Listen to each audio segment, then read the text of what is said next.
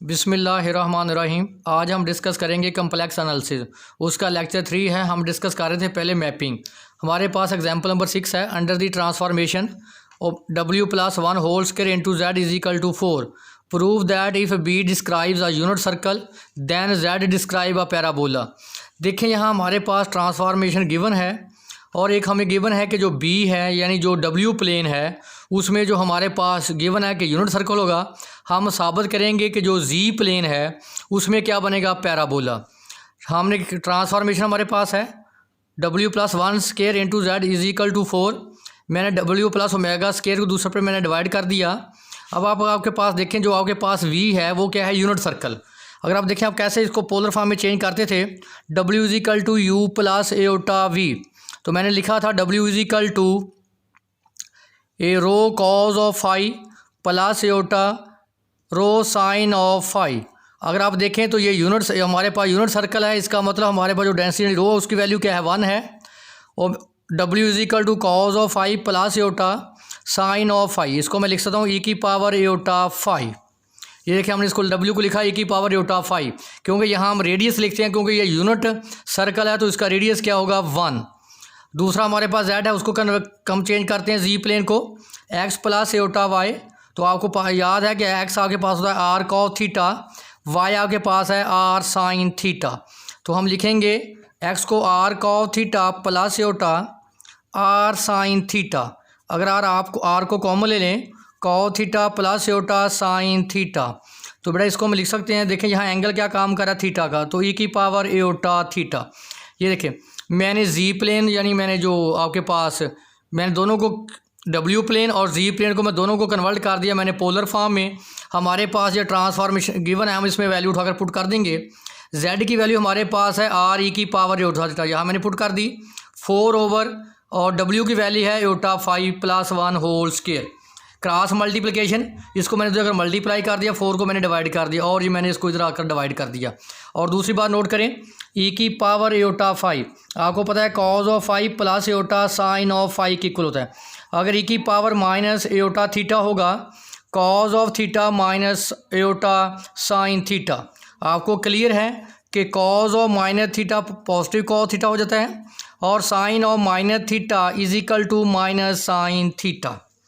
मैंने क्या किया, e की पावर एओटा 5 की वैल्यू पुट कर दी, प्लस 1 ये वाला आ गया। इसी तरह मैंने इसको भी वैल्यू मैंने इसकी दे दी। अब क्या करेंगे, स्केयर एक्सपेंड करेंगे। आपको पता है कि a plus b plus c whole square, a square plus b square plus c square plus 2ab plus 2bc plus 2ac। यहाँ हम स्केयर का फार्मूला अप्लाई करेंगे। तो ये देखिए मैंने स्केयर का फार्मूला अप्लाई कर दिया। उसके बाद जो रियल पार्ट है उनको मैंने अलग कर दिया, जो इमेजिनरी पार्ट है उनको मैंने अलग कर दिया। Equating real and imaginary part, real part के इक्वल और इमेजिनरी पार्ट के इक्वल। और आप यहाँ देखें, ये मैंने इसको इक्वेशन नंबर 2 और 3 दे दिया फ्राम इक्वेशन 2। यहाँ मैंने क्या किया, साइन स्केयर बराबर होता है साइन स्केयर 5 की वैल्यू मैंने पुट कर दी 1 minus cos square 5, negative positive cancel. और यहाँ देखें ये cos square 5 plus cos square 5, 2 cos square 5 plus 2 cos 5। यहाँ देखें 2 कॉस 5 मैंने कॉमन ले लिया, 2 से 2 कैंसल। तो मैंने इसको मैंने लेफ्ट साइड पे लिख दिया, इसको मैंने राइट साइड पे लिख दिया। इसी तरह इक्वेशन 3 हमारे पास है। यहाँ देखें 2 साइन 5 मैंने कॉमन निकाल लिया और 2 साइन 5 मैंने कॉमन निकाल लिया, 2 से 2 कैंसल। इसको मैंने इक्वेशन नंबर 4 बोला, इसको मैंने equation number 5। Squaring and adding equation 4 and 5। और मैंने क्या कर दिया, इक्वेशन 4 और 5 को मैंने स्केयर भी ले लिया, उसको मैंने ऐड भी कर दिया। अगर आप यहाँ से देखें तो 1/4 कॉस 5 प्लस 1 होल स्केयर, यहाँ भी 1/4 cos 5 plus 1 whole square common ले लिया। Cos square plus sine square मैंने क्या पुट कर दिया, 1। अब देखिए दोनों तरफ स्केयर है, मैंने इसका स्केयर रूट ले लिया। क्रॉस मल्टीप्लिकेशन, इसको मैंने इधर मल्टीप्लाई कर दिया, इसको मैंने इधर डिवाइड कर दिया। अब आप देखें जो हमारे पास होती है पैराबोला की इक्वेशन, उसमें देखें L/R is equal to 1 plus e cos theta. ये हमारे पास होती है कॉनिक यानी पोलर फॉर्म में कॉनिक इक्वेशन। अगर तो आपके पास e की वैल्यू 1 है तो बेटा पैराबोला होता है।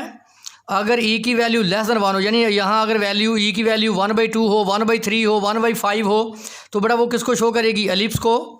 अगर आपके पास ई की वैल्यू ग्रेटर देन 1 है तो वो बेटा होगी हाइपरबोला। अगर आप देखें तो हमारे पास यहाँ इसका मल्टीपल क्या है 1, इसका मतलब हमारे पास ई की वैल्यू क्या आ गई 1, तो ये हमारे पास क्या है इक्वेशन ऑफ पैराबोला। तो यही हमने डिस्कस करना था। जी प्लेन डब्ल्यू प्लेन में हमें दिया हुआ था यूनिट सर्कल और हमने साबित करना था जो जी प्लेन है उसमें क्या है पैराबोला। तो देखिए क्लियर है कि ये हमारे पास इक्वेशन ऑफ पैराबोला है। नेक्स्ट हमारे पास एग्जांपल 7 है चुलेस्कीज ट्रांसफॉर्मेशन। आप याद रखें जो ट्रांसफॉर्मेशन बाय नेम हो उसकी इक्वेशन को मेरे बेटे ज़ुबानी याद कर लिया करें। लिखा हुआ है कंसीडर द ट्रांसफॉर्मेशन डब्ल्यू is equal to z plus a square over z being real and positive at what finite point this will not be conformal applied this transformation to the circle z absolute is equal to k discuss the cases when k very very greater than a, के दूसरा part के is equal to ए, तीसरा part के very very less than ए। यहाँ यह point आप clear कर लें कि जेड एब्सोल्यूट आपके पास के है। देखें जेड एब्सोल्यूट किसके बराबर होता है square root x square plus y square, क्योंकि जेड हमारे पास होता है एक्स प्लस एटा वाई। मैंने उसका क्या ले लिया मॉडुलस। अब इसका स्क्वायर करें तो ये आ जाएगा x square plus y square. तो करें इसको square, z square is equal to k square, z absolute square x square plus y square is equal to k square. ये देख ये मैंने इक्वेशन लिख दी। अब हमारे पास जो आपको पता है कि जो आपके पास डब्ल्यू प्लेन है वो यू प्लस एटा वी है, जी आपके पास जो है वो एक्स प्लस एटा वाई है। डब्ल्यू की वैल्यू मैंने यहाँ पे you plus iota we put कर दी, जेड की वैल्यू मैंने x plus iota y put कर दी और यहाँ भी मैंने जेड की value x plus iota y put कर दी। अब आपको पता है कि डिनोमिनेटर में कम्प्लेक्स नंबर नहीं आना चाहिए, तो कौन सा मेथड होता है कॉन्जुगेट लेकर नीचे ऊपर मल्टीप्लाई कर दें। तो मैंने नीचे ऊपर मल्टीप्लाई कर दिया तो ये आ गया नीचे x square plus y square. अब क्या करें, इसका बड़ा अलग कर लें, इसका बड़ा अलग कर लें। ये आएगा a square x over x square plus y square minus eta y over x square plus y square. तो हमने क्या किया, रियल पार्ट को अलग कर लिया और इमेजिनरी पार्ट को अलग कर लिया। इक्वेटिंग रियल पार्ट के बराबर और इमेजिनरी पार्ट के बराबर। देखिए आपने पहले भी बोला था कि जो u होगा वो भी function of x and y होगा, जो v होगा वो भी also function of x and y। आप चेक कर सकते हैं u भी function of x and y है, v भी function of x and y है। तो नेक्स्ट हमारे पास है the point where transformation is not conformal. देख बेटा अगर तो आपके पास जो मैपिंग अगर तो वो कन्फॉर्मल है तो फिर डी डब्ल्यू over d z not equal to zero होगा। अगर वो कन्फॉर्मल नहीं है, नॉट कन्फॉर्मल है, फिर डी डब्ल्यू over d z is equal to zero. अगर आप गौर करें तो किसको शो करता है, क्रिटिकल पॉइंट को। तो आपको क्रिटिकल पॉइंट की डेफिनेशन का पता है, या तो first derivative equal to zero आए या वो जो फर्स्ट डेरिवेटिव है को किसी पॉइंट पे क्या हो जाए, अनडिफाइंड हो जाए। तो देखिए मैंने डी डब्ल्यू ओवर डी जेड लिया, ज़ीरो हो सकता है और इन्फिनिटी हो सकता है। तो आपके पास देखें ये ट्रांसफॉर्मेशन थी, मैंने उसका डेरिवेटिव ले लिया विद रिस्पेक्ट टू जेड। देखिए जेड का डेरिवेटिव 1 ओवर जेड का derivative minus 1 over Z square. तो एलसीएम ले लिया, ये उधर अगर पॉजिटिव हो जाएगा, इसका स्क्वायर रूट लिया प्लस माइनस 1। इसका मतलब है एक तो ये नॉट कन्फॉर्मल होगी पॉइंट ए और माइनस ए पे, और दूसरा देखिए अगर मैं यहाँ जेड की वैल्यू 0 पुट कर दूँ तो ये क्या हो जाएगा, इन्फिनिटी। इसका मतलब है ये 3 पॉइंट पे ये कन्फॉर्मल मैपिंग नहीं होगी, एक 0 पे और एक प्लस माइनस 1 पे। अभी आप देखें ये हम पहले मैं आपको बता चुका हूँ कि x square plus y square is equal to k square. ये देखिए जब मैंने रियल और इमेजिनरी पार्ट कंपेयर किए थे, ये देखिए मैंने रियल और इमेजिनरी पार्ट कंपेयर किए तो ये इक्वेशन नंबर 4 आई थी। अब क्या किया, इसको मैंने इधर डिवाइड कर दिया ताकि एक्स की वैल्यू आ जाए, इसको इधर डिवाइड करें और मैंने वाई की वैल्यू निकाल ली। स्केयरिंग एंड एडिंग, ये क्लियर कर लें कि एक्स स्क्वायर प्लस वाई की स्केयर की जगह पे हम के स्क्वायर पुट करेंगे। तो नेक्स्ट हमारे पास है देखें squaring and adding, x square plus y square, x square plus y square is equal to k square. तो इसकी वैल्यू मैंने क्या पुट कर दी, के स्क्वायर। अब आप देखिए जब इसका स्क्वायर आप लेंगे तो ये के 4 आएगा, तो इसको जब इधर आप डिवाइड करेंगे तो के स्क्वायर से के स्क्वायर कैंसिल होकर क्या आ जाएगा 1। या अब आप गौर करें तो हमारे पास है x square over a square plus y square over b square is equal to 1। जब दोनों एक्स स्क्वायर और वाई स्क्वायर के कोएफिशिएंट पॉजिटिव हों और इनके मल्टीपल डिफरेंट हों तो वो इक्वेशन ऑफ एलिप्स कहलाती है। इसका मतलब है कि आप अगर इक्वेशन ऑफ एलिप्स को लिखना चाहें तो एक्स माइनस 0 का स्क्वायर ओवर ए स्क्वायर, इसको मैं लिख रहा हूँ स्टैंडर्ड फॉर्म में, वाई माइनस 0 का square over b square is equal to 1। अगर आप गौर करें तो इसका सेंटर कहाँ पे है, ओरिजिन पे। देखिए इसका सेंटर कहाँ पे है, ओरिजिन पे। जो आपके पास एक्स के नीचे जो मल्टीपल होता है, जो इसको हम कहते हैं मेजर एक्सिस, और जो हमारे पास वाई है उसको हम कहते हैं माइनर एक्सिस। ये देखिए मैंने लिखा सेमी मेजर एक्सिस की वैल्यू और सेमी माइनर एक्सिस की वैल्यू। केस नंबर 1 है हमारे पास, ये क्वेश्चन नंबर 6 है ये वाली। तो पहला केस है when k very very greater than ए। इसको जरा आपने फॉलो करना है। मैंने लिखा ए ओवर के स्केयर, ए स्केयर ओवर के स्केयर। आपने खुद कहा कि के क्या है, वेरी वेरी ग्रेटर नंबर है। वेरी वेरी ग्रेटर नंबर का मतलब है कि जो इन्फिनिटी को अप्रोच करे। जब भी कहीं लिखा हो कि ये number very very very very large number है तो इसका मतलब वो इन्फिनिटी को अप्रोच करता है। अगर यहाँ के की जगह पे इन्फिनिटी पुट करें तो उसका आंसर क्या आएगा, 0। तो यहाँ पुट करें आप। इसको मैं थोड़ा सा एक्सप्लेन कर दूँ आपको बेटा।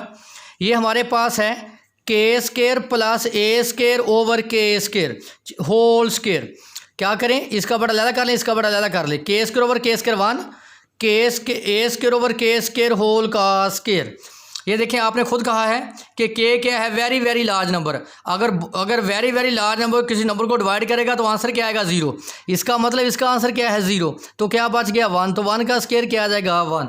इसका मतलब इसकी वैल्यू 1 आ जाएगी, इसकी वैल्यू भी 1 आ जाएगी। तो हमारे पास क्या बचेगा, u square plus v square is equal to k square. तो देखें ये किसकी इक्वेशन है, इक्वेशन ऑफ सर्कल। दूसरा केस है हमारे पास, if k is equal to a. अगर आपके पास के की वैल्यू क्या हो, ए, तो हम ये इक्वेशन नंबर 4 में पुट करेंगे। इक्वेशन नंबर 4 ये देखें, इक्वेशन नंबर 4 ये है कि अगर आप के की वैल्यू ए पुट करेंगे तो यहाँ पुट करें ए स्केयर ओवर ए स्केयर कैंसिल किया गया, 1 1 प्लस 1 2। तो यू की वैल्यू क्या आ गई, 2x। तो यहाँ आप पुट करें के की वैल्यू ए स्केयर माइनस ए स्केयर 1 1 माइनस 1 0। तो बी की वैल्यू क्या आ गई, 0। ये देखें हमारे पास u की वैल्यू 2x है और v की वैल्यू क्या है, 0 है। तो अगर आप देखें तो ये किसको शो करती है, स्ट्रेट लाइन को। और ये किसके अलॉन्ग है, वी एक्सेस के, सॉरी यू एक्सेस के। यू एक्सेस पे v की वैल्यू क्या होती है, 0। दूसरा हमारे पास क्या है, k is very very small number. देखें अगर k is very very small number है, इसको तो डिवाइड करें तो k over a greater than 1, sorry a over k greater than 1। अगर ये 1 से बड़ी वैल्यू है तो इसका मतलब है, और ये के स्केयर को के स्केयर पे डिवाइड करें क्या आएगा, 1। और ये 1 से बड़ी वैल्यू है, सपोज कर लें कि इसका आंसर 3 आता है। 3 का स्केयर 9, इसका स्केयर भी क्या है, 9 है। तो जब दोनों के कोफिशिएंट सेम हो तो बेटा क्या बनती है, इक्वेशन ऑफ सर्कल।